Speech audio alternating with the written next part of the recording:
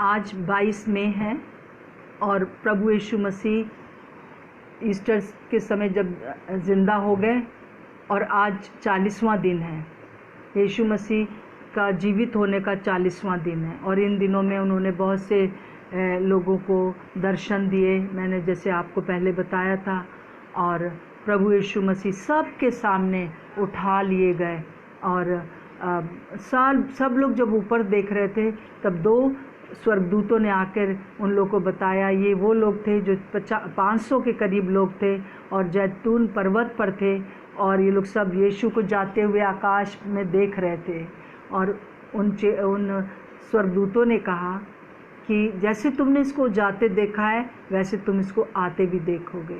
प्रभु यीशु मसीह के जीवन में पूरी बाइबल में 6 बहुत ही मुख्य घटनाएं हैं। 3 घटनाएं जिसमें से पूरी हो चुकी हैं। पहला, यीशु मसीह का जन्म बहुत ही यूनिक और बहुत अद्भुत था। दूसरा, उसका क्रूस पर मरना बहुत ही दर्दनाक था परंतु हमारे लिए बहुत लाभदायक था। तीसरा, प्रभु यीशु मसीह का जीवित होना और 40 दिन तक इस दुनिया में रहना और सबके सामने उठ के जाना, सबके बीच में बादलों में चले जाना और ये प्रॉमिस करना कि मैं फिर वो आएगा। और चौथी बात है रैप्चर। अब जो चौथी बात, नेक्स्ट बात है वो रैप्चर की है। और जितनी बातें 3 बातें जो हुई हैं वो सब बाइबल में थी और सब वैसे ही बिल्कुल एक्यूरेट हुई जैसा बाइबल में लिखा है। और रैप्चर होगा, फिर उसके बाद हम देखते हैं कि किस प्रकार से प्रभु यीशु मसीह अपने विश्वासियों के साथ फिर इस दुनिया में आएंगे और राज्य करेंगे और यहाँ पर रहेंगे।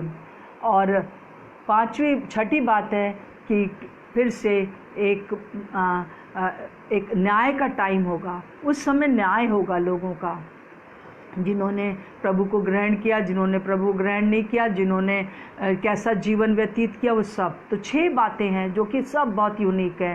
पहली बात उसका जन्म और फिर उसका क्रूस पर मरना, जीवित होना और फिर उसके बाद फिर से लौटकर आना, रैप्चर, जो कि बादलों पर आएगा, पूरी तरह से दुनिया में नहीं आएगा। और फिर उसके बाद फिर से सारे अपने विश्वासियों के साथ इस दुनिया में आकर राज्य करेगा, जैसा कि हम दानियल की किताब में देखते हैं और बहुत जगह हम पढ़ते हैं। और छठी बात जो है वो है कि फिर आखिरी न्याय। तो जब 3 बातें बिल्कुल ठीक हो गई हैं तो 3 बातें जो बची हैं वो भी बिल्कुल वैसे ही होंगी जैसा बाइबल में लिखा है। और इसीलिए मैं आपके पास आती हूँ ताकि आप इन अंतिम दिनों में इस बात को समझ लें। अंतिम दिन मैं इसलिए कह रही हूँ क्योंकि प्रभु यीशु मसीह ने कहा कि मैं फिर आऊँगा और फिर तो एक समय ऐसा हुआ कि प्रभु यीशु मसीह के चेले जब उसके साथ थे तो जैसा कि यहाँ पे लिखा है मत्ती उसका 24 का 3 से 5 में कि किस प्रकार से चेले उससे बात करते हैं, पूछते हैं इन दिनों के बारे में कि क्या होगा उस समय। जैसा कि यहाँ पे लिखा है, आज जब वो जैतून पहाड़ पर बैठा था तो चेलों ने एकांत में उसके पास आकर कहा, हमें बता कि ये बातें कब होंगी, तेरे आने का और जगत के अंत का चिन्ह क्या होगा। यीशु ने उनको उत्तर दिया, सावधान रहो।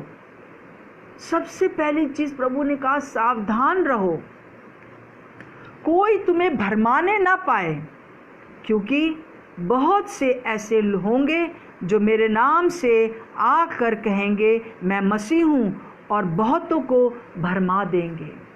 और फिर उसके बाद मत्ती का 24 का इसी में 23 में लिखा हुआ है और वो कहते हैं, प्रभु यीशु मसीह उनको कहते हैं, झूठे मसीह और झूठे भविष्यद्वक्ता उठ खड़े होंगे और बड़े बड़े चिन्ह और अद्भुत काम दिखाएंगे, यदि हो सके तो चुने हुओं को भी भरमा दें।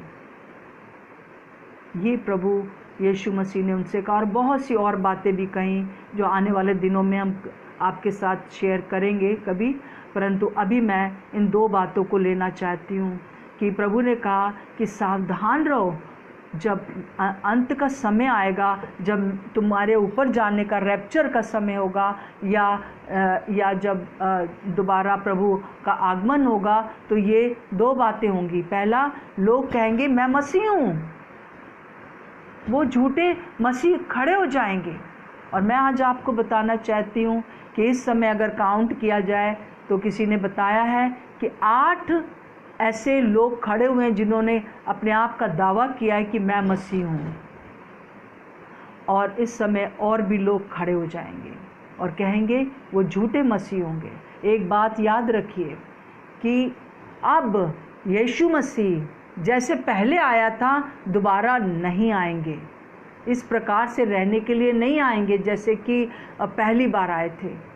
तो इसलिए इस बात के ऊपर कभी विश्वास ना करिए कि अरे वो तो बहुत आश्चर्य कर्म करते हैं, वो तो सब बातें बता देते हैं और वो वही कर रहे हैं जो यीशु मसीह करते थे। यकीन ना करिएगा, क्योंकि वचन में पहले ही लिखा है कि ऐसे झूठे मसीह खड़े हो जाएंगे। और दूसरी बात, झूठे भविष्यद्वक्ता खड़े हो जाएंगे और बड़े बड़े आश्चर्य कर्म करेंगे, परंतु उनसे वो उनके अंदर प्रभु नहीं होगा। सो प्रभु हमसे ये चाहते हैं कि हम इस बात के लिए सावधान रहें कि किस प्रकार से जो है वो झूठे भविष्यद्वक्ता और झूठे मसीह खड़े हो जाएंगे, ताकि हमें कोई भरमाने ना पाए। और ये ऐसे होंगे जो अच्छों को लिखा है, अच्छों को चुने हुओं तक को जो है बहका देंगे, भरमा देंगे। मेरे प्रियो, प्रभु हमसे चाहता है कि हम इस बात के लिए सावधान रहें। अब मैं आपके सामने एक बात को बहुत ज़्यादा क्लियर करना चाहती हूँ कि अगर झूठे भविष्यद्वक्ता हैं तो इसका मतलब है कि सच्चे भविष्यद्वक्ता भी हैं, और सच्चे भविष्यद्वक्ताओं का ही ये टाइम है। ऐसे भविष्यद्वक्ता खड़े होंगे जो कि जिस तरह से कि मत्ती उसका 25 में और उसके 6 आयत में लिखा हुआ है, जब 10 कुंवारियाँ ऊँग रही थी, सो रही थी, उस समय धूम मची। ये धूम मचाने वाले कौन हैं? यही प्रॉफिट्स हैं। अब आप दुविधा में होंगे कि कैसे हम इनको कैसे पहचानें।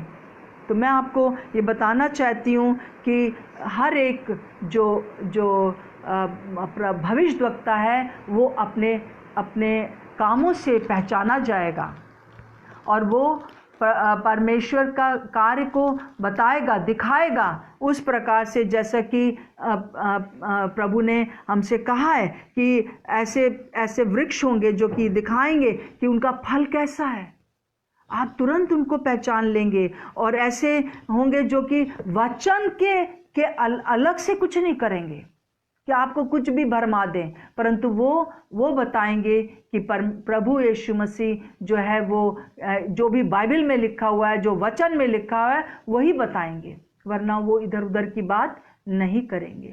मेरे प्रियो, इसलिए जो है सच्चे भविष्यद्वक्ताओं को परखने के लिए प्रार्थना करिए, क्योंकि अगर हमने उनको भी मिस कर दिया, जैसे उस समय जो था यीशु मसीह को मिस कर दिया गया, जब यहूदियों ने सुना कि यीशु मसीह जो है वो अपने आप को मसीह कह रहा है, तो लोगों ने कहा नहीं, बिल्कुल नहीं, ये झूठा है।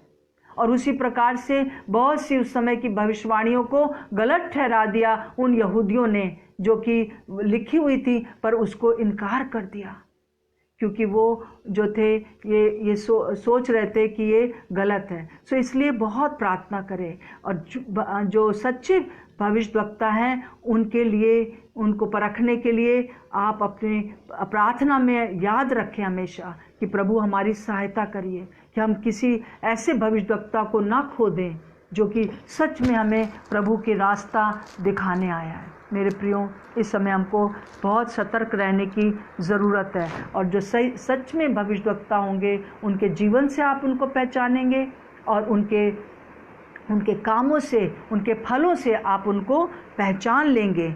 और एक बहुत अच्छी बात मैं आपके सामने रखना चाहती हूँ कि आपको इन दिनों में कैसे हम सतर्क रहें, कि हम इन चीज़ों से बचे रहें, कि किसी भी प्रकार से भरमाए ना जाएं, क्योंकि प्रभु कह रहे हैं कि वही चुने हुओं को भी बहका सकते हैं। इसलिए हमको क्या करना है कि हमको परमेश्वर का वचन को बहुत ज़्यादा अपने जीवन में ले लेना है। मेरे प्रियो, जब हम देखते हैं, एक बहुत अच्छा उदाहरण हम प्रेरितों के काम में देखते हैं, जहाँ पर कि हम देखते हैं कि किस प्रकार से वहाँ के लोगों ने किया, वैसे ही हमको करना है। हम अगर आपके पास वचन पढ़ रहे हैं, निकाले हैं, तो आप निकाल सकते हैं प्रेरितों के काम उसका 17वां अध्याय और उसकी 10 से 11 आयत में लिखा हुआ है। वहाँ प्रेरितों के काम में भाइयों ने तुरंत रात ही रात पौलुस और सिलास को बीरिया भेज दिया और वे वहाँ पहुंचकर यहूदियों के आराधनालय में गए। वे लोग तो थिस्सलुनीकियों के यहूदियों से भले थे और उन्होंने बड़ी लालसा से वचन ग्रहण किया और प्रतिदिन पवित्र शास्त्रों में ढूंढते रहे कि ये बातें यूं ही हैं कि नहीं।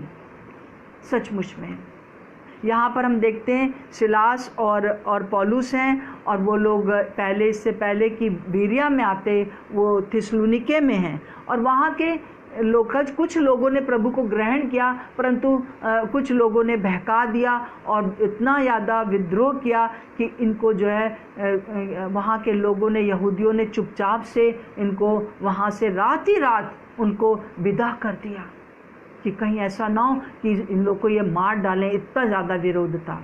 परंतु देखिए यहाँ पर वो जैसे ही बिरिया में पहुँचे, उन्होंने तुरंत आराधनालय में गए और वहाँ फिर प्रचार करना शुरू कर दिया। ये बात मुझे बहुत अच्छी लगी।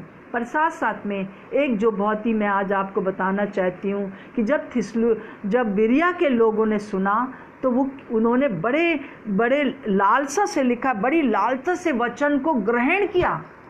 हाँ, ये उनको बहुत अच्छा लगा, परंतु अच्छा लगना काफ़ी नहीं था। उन्होंने अपने घरों में जाकर या छोटी छोटी गोष्ठी में बैठकर, समूहों में बैठकर प्रतिदिन पवित्र शास्त्र में ढूंढते रहे कि ये बातें जो ये लोग कह रहे हैं वो यूं ही है कि नहीं है, क्योंकि वो लोग प्रभु यीशु मसीह के बारे में बता रहे थे, मसीहा के बारे में बता रहे थे। ऐसा ही हमको भी करना है। जब कभी कोई हम वचन सुने, हमें कितना भी क्यों ना अच्छा लगे, परंतु अपने आप से बाइबल में ज़रूर उसको खोज लीजिए कि वो वैसा है कि नहीं है, वैसा है कि नहीं है। इसलिए आपको बाइबल बहुत पढ़ना है। प्रभु ने ये जो सब लाया है ना, परमेश्वर ने अलाउ किया है, बहुत बुरा तो हुआ है, परंतु कई लोगों के लिए अच्छा है कि वो लोग बैठ के बाइबल पढ़ें, प्रार्थना करें और प्रभु के साथ समय बिताएं। ये पूरा दुनिया जो हिल गई है, वो चर्च को हिला दिया है उसने, और इस समय लोग बाइबल पढ़ रहे हैं। मेरे प्रियो, ऐसा ही करें। कभी भी आप किसी से, अभी बहुत से आपके पास वीडियोस आ रहे होंगे, बहुत से लोग प्रचार कर रहे होंगे फेसबुक के ऊपर और दूसरी बातों पर। इवन मैं भी आपको जो बोल रही हूँ, अपनी बाइबल में खोजना कि यहाँ क्या लिखा हुआ है। ज़रूर से सोचिए, ज़रूर पढ़िए। ऐसा ना हो कि आप बहक जाएं, क्योंकि अंतिम दिन है। आपको ज़रूर से इन सब बातों के ऊपर ध्यान देना है, और कहीं से भी कुछ भी आप सुने तो आप जो है उसको ऐसे ही ना मान लीजिए। बाइबल में ज़रूर, बाइबल में सारी बातें लिखी हैं। आप अगर खोजना चाहेंगे तो सब मिल जाएगा, है ना। और फिर उसके बाद जो है हमको रोज़ पवित्र आत्मा से जो है प्रार्थना करनी है कि उसकी अगुवाई चाहनी है, और परख का आत्मा मांगना है इन दिनों में। अभी एक बहन है और उन्होंने मुझे फ़ोन किया कि आंटी, मैं एक जूम में मैं इन्वॉल्व हुई और वहाँ पर एक बाइबल स्टडी चल रही थी, और उसमें वो अंकल जो थे वो ये कह रहे थे कि रैप्चर नहीं होगा। परंतु मेरा दिल घबराने लगा, क्योंकि मैंने सारे वचन को पढ़ रखा है। तो क्या उसने जल्दी से मुझे फ़ोन किया। देखिए, उसने अपनी बाइबल में भी खोजा और पवित्र आत्मा ने भी उसके मन में डाला, और उसको परख का आत्मा परमेश्वर ने दिया। क्यों? कि वो बाइबल जानती थी। उसने तुरंत सारे वो निकाले और पढ़ना शुरू किया, और तुरंत उसने मुझे फ़ोन किया कि आंटी क्या ये सही है? तो मैंने कहा कि नहीं, ये बिल्कुल गलत है।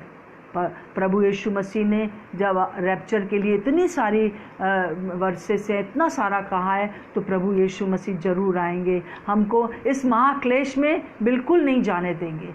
कुछ समय के लिए जो हम लोग कहते हैं महाक्लेश जो होगा, उसमें थोड़ा सा हम फेस करेंगे। जैसे मैं हमेशा कहती हूँ, हम जो है जैसे आजकल ये कोरोना वायरस को हम देख रहे हैं, ये ट्रेलर देख रहे हैं, इसके बाद बहुत भयंकर होगा, फिल्म अभी बाकी है। मेरे प्रियो, प्रभु हमें इसलिए दिखा रहा है ताकि हम सतर्क हो जाएं, पर प्रभु हम नहीं चाहेगा कि उसके बच्चे जो हैं उस महाक्लेश में जाएं। इसलिए यीशु मसीह से जब कहा, चेलों ने कहा कि आप हमें प्रार्थना करना सिखाइए, बहुत सी बातों में उन्होंने एक बात ये भी सिखाई कि तू हमें परीक्षा में ना डाल, हमें परीक्षा से बचा। ये परीक्षा यही समय है। और मेरे प्रियो, और ये बहन को की तरह आपको भी होना है, अपना वचन खूब मालूम होना है, और आपके पास ऐसे लोग होने हैं जो कि आपके जो अगुवे हैं, ऐसे होने जिनके पास आप तुरंत जा सकें और पूछ सकें कि क्या ये बात सही है, या और लोगों से डिस्कस करें। मेरे प्रियो, एकदम से वो ना मान ले जो कहा जा रहा है, क्योंकि हमको बहुत ही परख का आत्मा इस समय हमको ज़रूरत है। और परमेश्वर हमसे चाहता है कि हम ये बीरिया के लोगों के समान खोजें कि ये लोग जो बोल रहे हैं। देखिए, जब पौलुस और सिलास को उन लोगों ने नहीं छोड़ा, तो हम लोग को भी किसी को नहीं छोड़ना चाहिए। अपनी बाइबल में खोजिए, बाइबल बहुत पढ़िए, तभी जो है आप इन सब चीज़ों से बहुत बच पाएंगे मेरे प्रियो। और जो इनसे बचने के लिए एक सबसे अच्छा तरीका जो मैंने बताया, अपनी बाइबल को पहचानिए, पवित्र आत्मा से प्रार्थना करिए, परख का आत्मा रखिए, और प्रभु से हर समय प्रार्थना करते रहिए कि प्रभु आपको इन सारी बातों से बचा के रखे। अब जो दूसरी बात मैं आपके सामने रखना चाहती हूँ वो ये है कि जब कभी भी बाइबल में से कोई आकर आपसे कहे कि बाइबल में ये लिखा है, तो उसके आगे पीछे ज़रूर देख लीजिए कि क्या लिखा है। संदर्भ, जो एक वर्ष है या एक लाइन जो बाइबल की है, उसको पूरे अध्याय के संदर्भ में देखिए, और एक अध्याय को पूरी किताब के संदर्भ में देखिए। और पूरी किताब को, जैसे कि यूहन्ना की किताब आप पढ़ रहे हैं, तो अगर कुछ ऐसी बात आपको लगती है तो पूरी बाइबल के संदर्भ में देखिए, तब आप उसको समझ पाएंगे। एक वर्ष को लेके आप नहीं समझ पाएंगे कि ये क्या है। अक्सर जो है ट्रिनिटी के ऊपर, त्रिएक परमेश्वर के ऊपर बहुत ज़्यादा जो है हमारे जीवनों में एक ये ऐसी चीज़ें हमको देखने को मिलती हैं। जो झूठी शिक्षा वाले होंगे वो ये आपके सामने त्रिएक परमेश्वर को तोड़ के बताएंगे। वो कहेंगे कि नहीं, अब यीशु मसीह सब कुछ है, only Jesus is there, no one else, है ना। और फिर कई लोग कहेंगे यहोवा सब कुछ है, कोई कहेगा कि नहीं अब सब गलत है, सब सिर्फ पवित्र आत्मा है, पवित्र आत्मा भविष्यवाणी की आत्मा है, ये है वो है। नहीं, आपको इस चीज़ को नहीं मानना है। त्रिएक परमेश्वर के ऊपर बहुत ज़्यादा जो है प्रहार ये लोग करते हैं इन लोग के उसमें, परंतु अगर आप वचन को देखें, पूरे बाइबल के संदर्भ में देखें, तब आपको पता चलेगा। चाहे उत्पत्ति में देख लीजिए, चाहे रेवलेशन में देख लीजिए, पिता पुत्र पवित्र आत्मा तीनों एक हैं। हालेलुया, ये हम लोग की वो है। और फिर उसके बाद जो है कुछ लोग ऐसे होंगे, हम उनको ऐसे पहचान सकते हैं या सतर्क रह सकते हैं कि जैसे कि वो लोग चंगाई चंगाई चंगाई चंगाई के ऊपर ज़्यादा बोलते हैं बस। और उनके अगर मेंबर्स को आप जाके पूछें कि यीशु मसीह के बारे में कुछ नहीं पता है, उनको कुछ नहीं पता है, बाइबल के बारे में कुछ नहीं पता है, प्रभु को ग्रहण किया इसके बारे में तो बिल्कुल ही नहीं पता वो क्या होता है। हम बस आने लगे यहाँ पर, हम चंगे हो गए, हम दुष्ट आत्मा से ग्रसित थे, हम चंगे हो गए और हम आने लगे। ये बिल्कुल वैसे ही है जैसे मान लीजिए खाना हम लोग देते हैं तो रोटी सब्जी चावल दाल या जो कुछ भी हम खाते हैं, मेन फूड वो हम खिलाते हैं लोगों को। परंतु अगर हम खाने में सिर्फ पापड़ और अचार और क्या कहते हैं चटनी दे दें, सलाद दे दें, तो क्या खाना पूरा है? नहीं, वो तो साइड डिश है। चंगाई हो, चाहे भविष्यवाणियाँ हो, चाहे कुछ भी चीज़ें हों, है ना। हमारे लिए जैसे भविष्यवाणी कोई कर दे तो वो जो है वो सब चीज़ें ठीक हैं, परंतु वो साइड डिश हैं। और मेन खाना पता है क्या है? प्रभु को ग्रहण करना। जैसे कि तीसरा यूहन्ना 3 में लिखा है निकोदिमस के बारे में।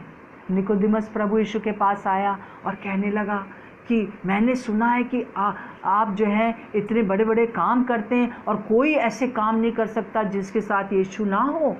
तो प्रभु यीशु मसीह ने एकदम उल्टी बात उससे कही। उसने कहा निकोदिमस, तुझे नया जन्म पाना ज़रूरी है, तुझे नए सिरे से जन्म लेना ज़रूरी है। ये सारी चीज़ें तो मैं दया में होकर करता हूँ क्योंकि लोग दुखी हैं। ये कई बार मैं इसलिए भी प्रभु करते हैं कि लोग प्रभु पर विश्वास कर लें, जान जाएं उसको। जैसे कि हम छोटे बच्चों को जो है कोई चीज़ उनको हटाकर, ख़राब चीज़ को हटाकर उनको अच्छा चीज़ देना चाहते हैं, तो हम पहले वो चीज़ अच्छी चीज़ देते हैं और फिर उनकी ख़राब चीज़ ले लेते हैं। परंतु यहाँ पर हम देखते हैं कि किस प्रकार से जो है ये ऐसे लोग होंगे जो कि यीशु मसीह को ग्रहण करने की बात नहीं करेंगे, सीधे बपतिस्मे में ज़रूर पहुँच जाएंगे, जबकि बपतिस्मा सबसे बाद की बात है। परंतु याद रखिए कि प्रभु को ग्रहण करना, उसको अंगीकार करना बहुत ज़रूरी है। जैसे कि रोमियो 10:10 में लिखा है, क्योंकि धार्मिकता के लिए मन से विश्वास किया जाता है और उद्धार के लिए मुंह से अंगीकार किया जाता है। हम धर्मी तो बना देते हैं लोगों को, चर्च आने लगते हैं, अपना दशमांश भी देने लगते हैं, गाना भी अच्छे से गाने लगते हैं और बहुत सी चीज़ों में, एक्टिविटीज़ में भाग लेने लगते हैं, परंतु मुंह से जो अंगीकार करना था, अपने पापों की जो क्षमा मांगनी थी, वो हम लोग नहीं कराते। उनको कहना है कि प्रभु मैं पापी हूँ और मैं नरक की ओर जा रहा हूँ, परंतु मैं इस बात पर विश्वास करती हूँ कि आप मेरे लिए दुनिया में आए, आप मेरे लिए मारे गए, मेरे लिए गाड़े गए, तीसरे दिन मुर्दों में से जिंदा हो गए। मैं विश्वास करती हूँ, इसलिए आप मेरे सारे पापों को क्षमा कर सकते हैं। मेरे पापों को क्षमा कर दीजिए, मैंने ये पाप किए हैं, क्षमा कर दीजिए और इससे अब मैं मुड़ता हूँ। पापों की पश्चाताप मतलब फिर से वो पाप नहीं करना है। और फिर ये कहना, यीशु मेरे अंदर आ जाइए, मेरे स्वामी बन जाइए। ये चीज़ मेन खाना है उद्धार का। देखिए, एक जीवन है जो कि पहले का है, जो 70 साल 80 साल का है। जैसे बच्चा पैदा होता है उसके बाद पहले का है ना, उसके बाद का है, पैदा होते और मरने तक पहले का है। वो हम लोग जो है उसमें क्या करते हैं, हम वो चीज़ को तो बहुत ज़्यादा रखते हैं, खाना कपड़ा मकान, खाना पकड़ा कपड़ा मकान, ये सब हम ज़रूर करते हैं, परंतु इसके बाद क्या हज़ारों करोड़ों साल तक, अनंत जीवन तक क्या होगा, इसकी हम चिंता नहीं करते हैं, है ना, और ना लोगों को सिखाते हैं। तो ऐसे लोग जो होंगे वो मैं ये नहीं कह रही हूँ कि अगर आप ये नहीं कर रहे हो तो आप बिल्कुल गलत प्रॉफिट हो, पर अगर नहीं कर रहे हो तो आप करिए, इसको करिए, क्योंकि ये सबसे बड़ा पॉइंट है। और फिर उसके बाद जो है हम देखते हैं कि किस प्रकार से जो है प्रभु कह रहे हैं कि जो हमको जो है तीन प्रकार के जो प्रॉफिट्स हैं, 3 प्रकार। एक तो यीशु मसीह झूठे मसीह के लिए मैंने कह दिया, वो कभी अब आएगा नहीं, ऐसे उसको नहीं मानना है, परंतु 3 प्रकार के जो भविष्यवक्ता हैं या इस समय शिक्षक खड़े हो रहे हैं, उनका हमको ध्यान देना है। पहले तरह के जो झूठे शिक्षक हैं उनको हम इस प्रकार से देख सकते हैं कि वो अपनी महिमा चाहते हैं, बस स्वयं के भविष्यवक्ता वो बन जाते हैं। जैसे कि मान लीजिए कि एक तरह की एक बीमारी भी होती है ये, जैसे मान लीजिए कि एक पत्नी है, उसको लगता है उसका हस्बैंड जो है वो बहुत हैंडसम है और सारी चर्च की लेडीज़ उसका दीवानी है, या कहीं पर भी जाता है वो ऑफिस में तो हर समय वो आंखें गड़ाए रहती है और उसको ये एक तरह का डर बैठा रहता है, कहीं मेरा हस्बैंड को कोई और ना वो कर ले, और वो एक जैसे ज़िद या एक ज़बरदस्ती का वो सोचने लगती है। उसी प्रकार से जैसे कई लोग होते हैं, वो कहते हैं मैं सबसे अमीर हूँ, लखनऊ का अमीर आदमी हूँ, या मैं ये हूँ, मैं वो हूँ, और अपने आप को कहने लगता है, वो अपने आप को कहने लगता है। और एक दिन ऐसे ही एक ऐसे भविष्यवक्ता होते हैं जो कि दूसरों को भविष्यवाणी करते देख रहे हैं, उनके जीवन को आशीष होते देख रहे हैं, तो कहते हैं मुझे भी भविष्यवक्ता ही बनना है, मुझे दूसरी जो चीज़ें हैं, वरदान है, वो मुझे नहीं मालूम है, परंतु मुझे भविष्यवक्ता इस आदमी की तरह बनना है या इस स्त्री की तरह बनना है। और वो रातों रात भविष्यवक्ता बन जाते हैं। तो क्या होता है, वो खुद भी प्रॉब्लम में रहते हैं, परंतु वो इस प्रकार से कर लेते हैं अपने जीवन को कि वो दूसरों के ऊपर इन्फ्लुएंस कर देते हैं। और ऐसे लोगों से बच के रहिए, वो प्रभु की नहीं सुनते हैं, उनको प्रभु का वचन नहीं आता। जो वो बोलते हैं कई बार उनका वचन पूरे नहीं होते, कई बार क्या अक्सर उनके वचन पूरे नहीं होते हैं, कभी कभी तुक्का लग गया तब तो समझ लीजिए उनकी वाहवाही है ना। तो ऐसे लोगों से बहुत सतर्क रहिए कि वो लोग अपने आप से जो बन गए। और दूसरे भविष्यवक्ता वो होते हैं जो कि पैसे के लिए या कोई लालच के लिए प्रभु का सेवा कर रहे हैं। कि आजकल मैंने एक बार सुना कि 500 रुपये की प्रार्थना करें कि 100 रुपये की प्रार्थना करें। कभी मैंने नहीं सुना था। अरे भैया 500 की प्रार्थना और 100 की क्या मतलब है?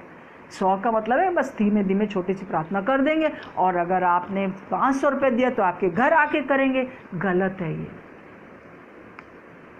जो भविष्यवक्ता होता है वो उसके शुरू से ही वो अपने आप ही इंटरसेसर होता है, वो अपने आप ही मध्यस्थता की प्रार्थना करने लगता है, दूसरों के लिए, शहर के लिए प्रार्थना करने लगता है, रो रो के प्रार्थना करने लगता है। उसको पैसे का वो नहीं होता है, और उसको ये भी नहीं होता है कि वो दूसरा व्यक्ति जाने या ना जाने, बस प्रभु की आवाज़ सुनता है और वो प्रार्थना करना शुरू कर देता है। पैसे के लिए नहीं भागता है। अगर कहीं लिखा हो यहाँ पर कि यहाँ पर प्रार्थना के लिए इतना आपको पैसा देना होगा, कभी मत जाइए वहाँ।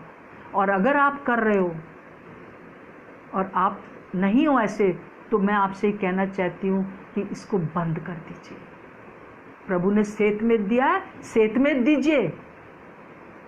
और आप जो कि निर्बल और ऐसे लोग हैं जो कि नहीं समझ पा रहे हो, मैं आपसे कहना चाहती हूँ, कभी भी कोई प्रभु का सेवक अगर पैसा मांगता है तो समझ जाइए मैं इस चीज़ को अच्छा नहीं मानती हूँ।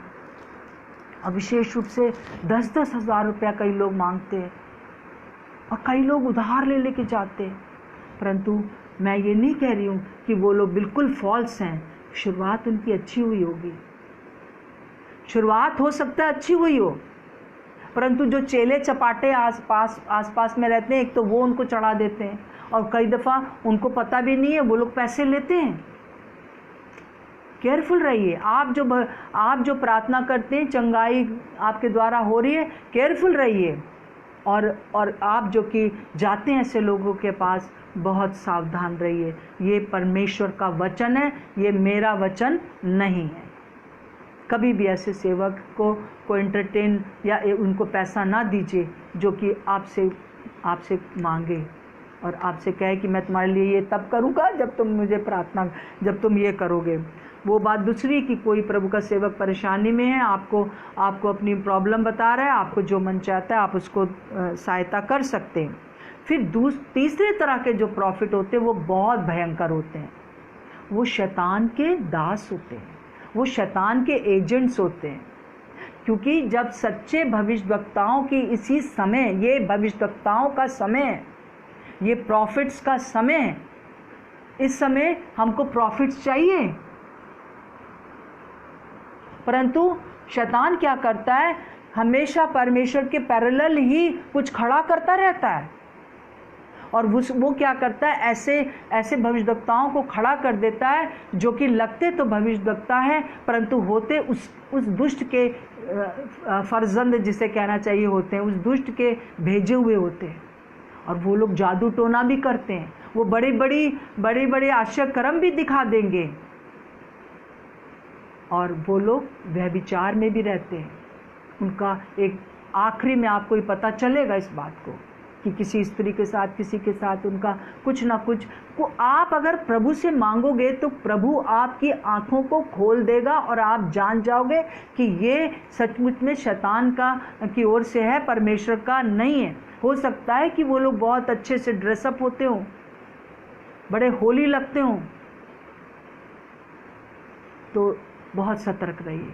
अगर आपके अंदर परख का आत्मा है, अगर परमेश्वर का आत्मा आपके अंदर है और आप वचन को पढ़ते हो तो आप इन बातों को जान जाओगे। अब मैं ये कह रही हूँ कि हर समय दूरबीन लेके ना बैठे रहा करो कि ये वाला प्रॉफिट जो है ये प्रभु का सेवक गलत है, वो प्रभु का सेवक गलत है। नहीं, इस समय हमको जांचने की ज़रूरत है, हमको परखने की भी ज़रूरत है, सतर्क रहने की ज़रूरत है, सावधान रहने की ज़रूरत है। प्रभु ये नहीं कह रहे कि तुम इन लोग का बिल्कुल ना सुनना, परंतु क्योंकि प्रभु के इस समय धूम मचेगी, इस समय धूम मचेगी।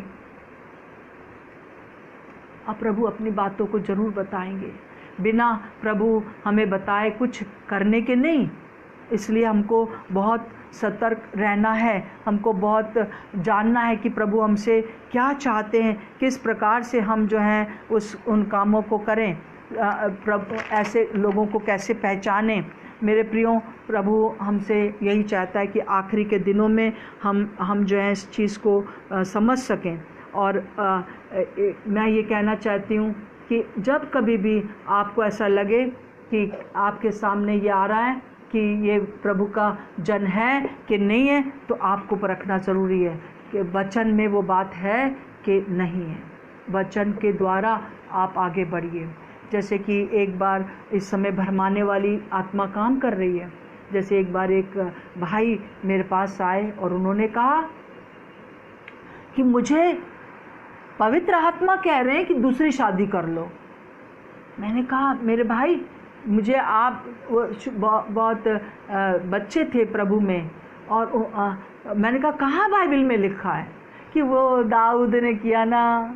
तो हमने कहा दाऊद को कहाँ प्रभु ने कहा शाबाश बहुत अच्छा किया 3-3 शादी करके। नहीं, ये प्रभु की इच्छा नहीं है। परंतु उस समय क्योंकि वचन का प्रकाशन उतना नहीं था, और फिर उस समय का जो ये कल्चर में चले जाते थे, और प्रभु ने कभी भी हामी नहीं भरी कि तुम इतनी शादियां कर लो।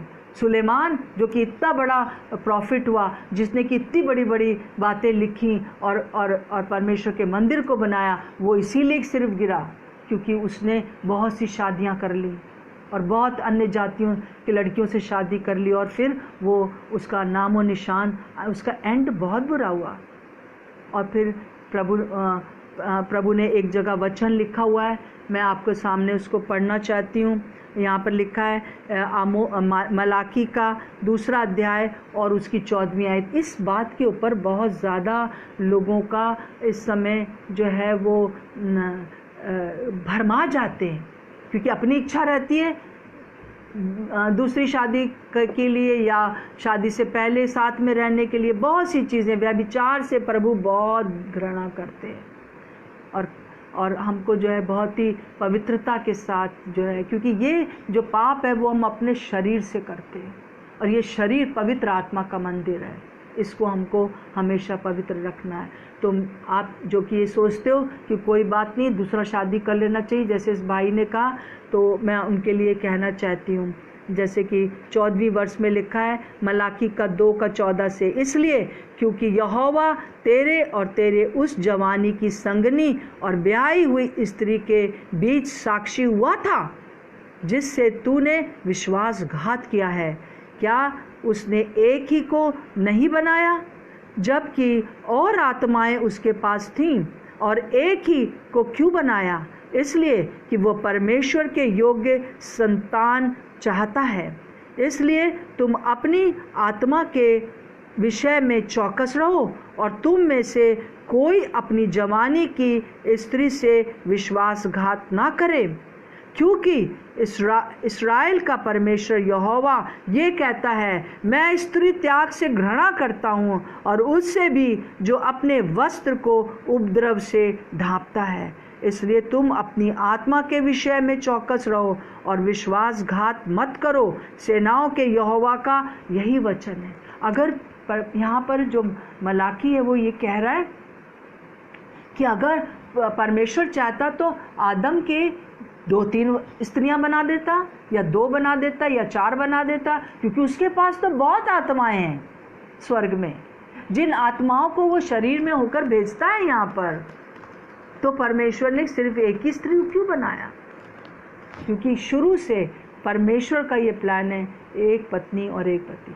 जब ऐसे आजकल लोग कहने लगे, इवन जो है यहाँ तक कि ऐसे प्रॉफिट्स खड़े हो गए जो कहते हैं कि न, मान लीजिए कि वो भाई मेरे पास आए थे, मैंने उनको बताया पर उन्होंने सुना नहीं मेरी, क्योंकि वो किसी और के पास भी गए होंगे और उन्होंने कहा होगा हाँ भैया प्रभु की इच्छा है। कहाँ लिखा है? बाइबल में देखो ना। प्रभु हमसे चाहता है इस समय हम ऐसे लोगों से बहुत सतर्क रहें मेरे प्रियो, क्योंकि प्रभु जो है इस चीज़ को बिल्कुल पसंद नहीं करता है। और अंत में मैं आपसे कहना चाहती हूँ कि अब हम लोग इस समय एकदम अंतिम शरण में हैं, अंतिम शरण में हैं और बहुत सी बातें पूरी हो रही हैं। किसी ने पूछा कोरोना वायरस के क्या ये अंतिम दिनों का एक साइन है? जी हाँ, क्योंकि जब हम प्रकाशित वाक्य में उसके 6 अध्याय में पढ़ते हैं तो हम देखते हैं कि किस प्रकार से जब पीला घोड़ा आया तो पीला घोड़ा मृत्यु का था, मरी का था, और हम देखते हैं उसको कि किस प्रकार से इसके द्वारा उस समय बहुत ज़्यादा प्रभु मृत्यु और मरी को भेजेगा। चौथा घोड़ा था ये। और परंतु हम ये देखते हैं कि वो सारी चीज़ें जो हैं अभी क्यों दिखाई दे रही हैं? आप कहेंगे आप तो अभी कह रही थी कि हम लोग को ये महाक्लेश में नहीं जाएंगे, परंतु प्रभु जो है वो 7 साल जो होगा, 3.5 साल का वो 7 साल, और ये इधर के जो 7 साल होंगे उसमें परमेश्वर बहुत सी चीज़ें दिखा देंगे जो उस समय होने वाली हैं। जैसे कि हम देखते हैं कि जब आम के पेड़ में बुआर आने लगती है तो हम कहते हैं कि भैया अब ग्रीष्म ऋतु आने वाली है और अब आम का सीज़न आ जाएगा। उसी प्रकार से ये वो सब चीज़ें जो कि हमारे को दिखा रही हैं कि ये सब चीज़ें होंगी। मेरे प्रियो तैयार हो जाइए, तैयार हो जाइए। इसीलिए परमेश्वर ने मेरे मन में ये डाला है, आज का ये दिन जो है 22 तारीख जो है वो 40वां दिन है, और आज दिन तक मैंने आपको हर दूसरे दिन लिया है, परंतु अब मैं हर सैटरडे को आपके साथ बांटना चाहती हूँ, और वो होगा प्रकाशित वाक्य। प्रकाशित वाक्य की किताब से हम देखने जा रहे हैं धीरे धीरे करके कि क्या क्या बातें हैं जो कि इन दिनों के लिए लिखी हुई हैं, और बहुत ज़रूरी हैं ये बातें। हमको ये जानना जो है बहुत ज़रूरी है। कई बार प्रकाशित वाक्य की किताब इसलिए नहीं लोग पढ़ते कि डरते हैं। क्यों डरते हैं? डरना नहीं है, परंतु उसको खोज करना है। और मैं चाहती हूँ कि मैं ही सिर्फ स्टडी नहीं करूँगी, आप भी पढ़ेंगे। ये जब मैं अब 30 तारीख को जो है मैं आपके पास आऊँगी, 30 तारीख को, और उस समय 30 मई को, और उस समय मैं आपका पहला वो लूँगी कि क्या प्रकाशित वाक्य में क्या लिखा हुआ है। और फिर उसके बाद जो है हम उसके बाद हर सैटरडे को ही मैं आपके साथ करूँगी, क्योंकि आप लोग बहुत सी चीज़ों में और भी जगह पे इन्वॉल्व हैं। पर मैं चाहती हूँ कि ये 30 तारीख तक आप कम से कम 3 बार ये प्रकाशित वाक्य पढ़ लीजिए। 3 बार इस प्रकाशित वाक्य को आप पढ़ लीजिए और बहुत ध्यान से पढ़िए। अगर समझ नहीं आता तो भी पढ़ते रहिए और प्रभु आपको समझाएगा। और पढ़ने से पहले कह दीजिए, प्रभु आप मेरी सहायता करें, मेरे मन की आंखें ज्योतिर्मय हो जाएं और मैं आपका ज्ञान और प्रकाशन पाऊं कि इसमें क्या लिखा हुआ है। डरने का कोई बात नहीं है, और प्रभु आपकी सहायता करेगा। और एक आखिरी और अच्छी बात मैं आपको बताना चाहती हूँ कि जब 40वां दिन हो गया, उसके बाद प्रभु ने उसी दिन कहा था कि तुम यहीं रुके रहना जब तक कि पवित्र आत्मा ना पाओ। और फिर उसके बाद वो लोग वहीं पर रुके हुए थे और ऊपरी कोठरी में, और ये 120 लोग थे, और 50वें दिन मतलब प्रभु यीशु मसीह के जाने के बाद 10वें दिन ये पवित्र आत्मा उतरा। ये पूरा 10 दिन हम कुछ अलग से करेंगे ताकि पवित्र आत्मा को हम अपने देश में इनवाइट कर सकें, अपने जीवनों में इनवाइट कर सकें, और वो पहला पेंतुकुस्त का दिन बहुत से लोगों के लिए एक पेंतुकुस्त का दिन हो जाए। अगर आपको पवित्र आत्मा का बपतिस्मा नहीं मिला अभी तक, आप चाहते हैं तो आप इन दिनों में प्रार्थना कर सकते हैं। अगर आप चाहते हैं और ज़्यादा आत्मिक रूप से आगे बढ़ना, जैसे कि बहुत से वरदान हैं, बहुत सी चीज़ें, प्रभु को ध्यान से सुनना भी जो है वो भी एक वरदान है, देखना प्रभु को कि प्रभु क्या बताना चाहते हैं, बहुत सी चीज़ें, तो आप इस समय बैठ सकते हैं। मैं यहाँ पर अपने लखनऊ में 11 से 1 बजे तक बैठूंगी आप सबके लिए और अपने लिए भी, कि प्रभु मुझे और ज़्यादा पवित्र आत्मा से भरे। तो कई बार लोग कहते हैं कि आप तो भरी हुई हैं, फिर क्या ज़रूरत है। मैं भी लीक होती रहती हूँ। जब दुनिया में रहते हैं तो यहाँ पर बहुत सी चीज़ें, बहुत से लोगों के साथ रहते हैं और बहुत सी चीज़ों में हमें कमी होती है। हमको भरपूरी का मतलब ये नहीं कि एक ही दिन बस हिल लिए और ज़ोर ज़ोर से चिल्ला लिए, नहीं, हर रोज़ पवित्र आत्मा से भरना हमको ज़रूरी है। तो आइए ये 10 दिन मतलब कि पहली जून तक हम इस चीज़ को करेंगे। आप कोई और भी टाइम निकाल सकते हो, कोई 2-3 घंटा आप निकालिए, प्रभु के साथ बैठिए, वचन पढ़िए, आराधना करिए, गाने गाइए और प्रभु से कहिए कि प्रभु मुझे अपनी आत्मा से भर दीजिए। प्रभु आपके साथ है। मैं विश्वास करती हूँ आज जो मैंने बताया है आप सावधान रहेंगे ऐसे लोगों से जो कि आपको भरमा सकते हैं। Hallelujah, praise the lord. प्रभु यीशु मसीह आपके साथ है। Thank you. यहाँ दबाओ ना।